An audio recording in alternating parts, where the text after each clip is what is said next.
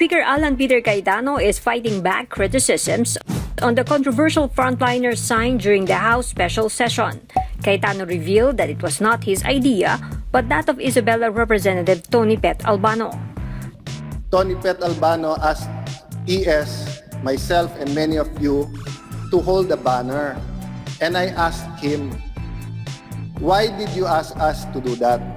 Maluha-luha siya, sinabi niya, he has a very close friend who died because of COVID-19. The speaker told this in a speech at the House.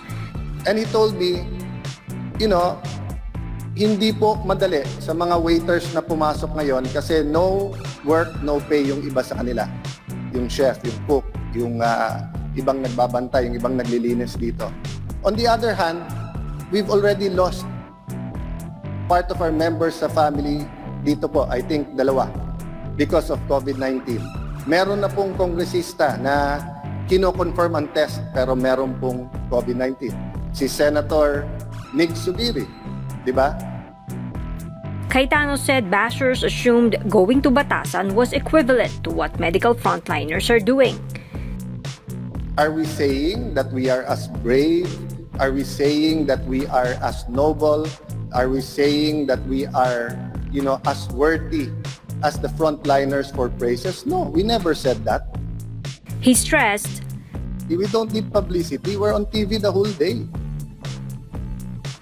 This is the Congress of the Philippines. Anyone who speaks here naka-live. We don't need that publicity. If we wanted the publicity, kinatay natin tong bill na to. And every single advocacy spell out natin hanggang singkapal na ng phone book. Yung mga millennials, hindi na siguro inabot yung yellow pages. Cayetano added he has no regrets about giving in to Albano's request.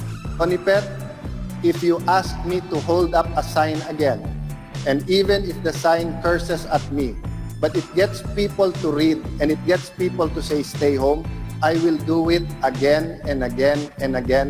Do not feel bad, you meant well, it's not your fault.